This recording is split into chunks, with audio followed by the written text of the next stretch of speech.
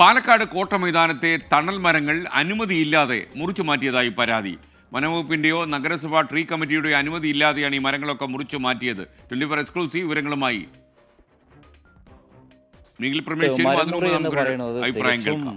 മുനിസിപ്പാലിറ്റിൻ്റെ അറിവോട് കൂടിയിട്ട് ഇവിടെയുള്ള ഈ ഫ്ലെക്സ് ബോർഡുകൾ, പരസ്യ ബോർഡുകൾക്ക് മറവ് എന്ന് പറഞ്ഞിട്ടാണ് അവർ സ്പോർട്സ് കൗൺസിലിൻ്റെ തലക്കിട്ടുകൊണ്ട് അവർ ഈ മരം മുറിക്കുന്നത്. ഞങ്ങളുടെ ശ്രദ്ധയിൽ ഇത് ഉൾപ്പെടുകയും ഞങ്ങൾ അപ്പോൾ തന്നെ അതിനുള്ള കാര്യങ്ങൾ ഫോറസ്റ്റ് ഓഫീസറിനെ വിളിച്ച് ചോദിച്ചപ്പോൾ അവർക്ക് അനുമതി കിട്ടിയിട്ടില്ല. പാലക്കാട് മുനിസിപ്പാലിറ്റിയിലെ ട്രീ കമ്മിറ്റി പോലും അറിയാതെയാണ്. ഞങ്ങൾ മുനിസിപ്പൽ സെക്രട്ടറിയായിട്ട് ബന്ധപ്പെട്ടു, ചെയർപേഴ്സണായിട്ട് ബന്ധപ്പെട്ടു. അപ്പോൾ അവർ പറയുന്നത് ചില്ലകൾ മുറിക്കാൻ വേണ്ടി മാത്രമേ ഞങ്ങൾ പറഞ്ഞിട്ടുള്ളൂ, അതിനുള്ള അനുമതിയാണ് ഞങ്ങൾ കൊടുത്തിട്ടുള്ളൂ എന്നാണ് പറയുന്നത്. നോക്കുന്നത് കെട പുഴക്കിയിട്ടാണ് ഇവിടെ മരങ്ങൾ മുറിച്ചിട്ടിരിക്കുന്നത്. ഈ ഒരു 40-50 വർഷത്തോളം പഴക്കമുള്ള ഈ മരങ്ങൾ ഈ പ്രകൃതിയെ നശിപ്പിച്ചു കൊണ്ടിട്ട് ഇവർക്ക് എന്ത് വികസനമാണ് പാലക്കാട് ഇവിടെ ചെയ്യാനുള്ളത്? ഈ മരമുറിയുടെ കൂടുതൽ വിവരങ്ങളുമായി നിഖിൽ പ്രമേശ് പാലക്കാട് നിന്ന് തത്സമയം ചേരുന്നു. Nikhil, good morning. എന്താണ് വിശദാംശങ്ങൾ? ഈ ഫ്ലക്സ് ബോർഡുകൾ മറയാതിരിക്കാൻ വേണ്ടി മാത്രമാണോ ഈ മരങ്ങൾ മുറിച്ചു മാറ്റിയത്? Good morning. പാലക്കാട് നഗരത്തിന്റെ നഗരഹൃദയത്തിൽ തന്നെ സ്ഥിതി ചെയ്യുന്ന ഒരു മുഖമുദ്രയാണ് സത്യത്തിൽ ഈ കോട്ട മൈതാനം എന്ന് പറയുന്നത്. രാവിലെയൊക്കെ ഒരുപാട് ആളുകൾ ഓടാനും ഒക്കെ വരുന്ന സ്ഥലമാണ്.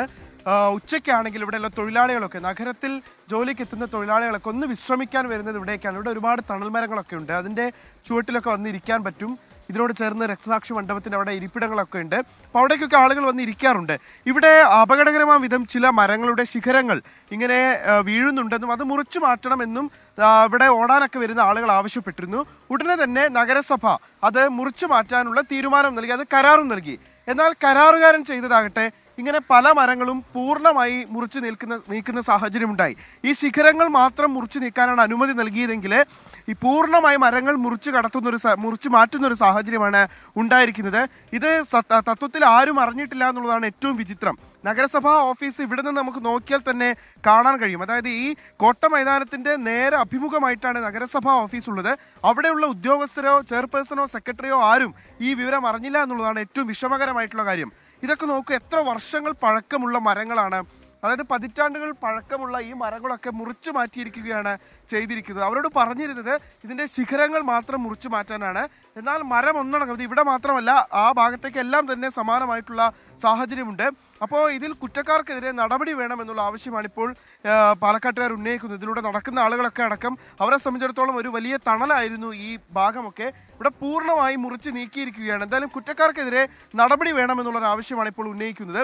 അതായത് ട്രീ കമ്മിറ്റിയോ നഗരസഭയോ ജില്ലാ കളക്ടറോടോ ഒന്നും അനുമതിയില്ലാതെ എങ്ങനെ കരാറുകാർക്ക് ഇങ്ങനെ മുറിച്ചു മാറ്റാൻ കഴിയുമെന്നുള്ള വളരെ പ്രധാനപ്പെട്ട ചോദ്യമാണ് ഈ പരിസ്ഥിതി സംഘടനകളടക്കം ഉന്നയിക്കുന്നത്. നമ്മൾ ഈ നഗരസഭ ചെയർപേഴ്സണുമായി ബന്ധപ്പെട്ടപ്പോൾ ചെയർപേഴ്സൺ പറഞ്ഞത് ഒരു അവ്യക്തത ഈ കാര്യത്തിൽ രൂപപ്പെട്ടു. അതായത് ഇവരോട് നൽകിയിരുന്ന നിർദ്ദേശം ശിഖരങ്ങൾ മുറിച്ചു മാറ്റാൻ മാത്രമാണ്. പിന്നെ എങ്ങനെയാണ് മരം തന്നെ പൂർണ്ണമായി മുറിച്ചു മാറ്റുന്ന സാഹചര്യം ഉണ്ടാവുക എന്നുള്ളത് അറിയില്ല എന്നുള്ളതാണ് അവർ വ്യക്തമാക്കുന്നത്. എന്തായാലും ഇപ്പോൾ പരാതി ഇതിനോടകം തന്നെ നൽകിയിട്ടുണ്ട്. വനംവകുപ്പ് ഈ കാര്യം അറിഞ്ഞിട്ടില്ല. വനംവകുപ്പ് ഉദ്യോഗസ്ഥരെ നമ്മൾ ബന്ധപ്പെട്ടപ്പോൾ അവരിൽ നിന്ന് അനുമതി, ഇത് മുറിച്ചു മാറ്റുന്നതിന് വേണ്ടിയിട്ടുള്ള അനുമതി എടുത്തിട്ടില്ല എന്നാണ് പറയുന്നത്. എന്തായാലും ഇത് വളരെ കുറ്റകരമായിട്ടുള്ള ഒരു കാര്യം തന്നെയാണ് കാണുന്നത്. കാരണം ഇത്രയധികം പഴക്കമുള്ള മരങ്ങളടക്കം ആരുടെയും അനുമതി ഇല്ലാതെയാണ് ഇവിടെ നിന്ന് മുറിച്ചു മാറ്റിയിരിക്കുന്നത്. അത് എന്തിനു വേണ്ടിയിട്ടായിരുന്നു, ആർക്ക് വേണ്ടിയിട്ടായിരുന്നു എന്നുള്ള ചോദ്യമാണ് ഇപ്പോൾ ഉയരുന്നത്. Okay, thank you.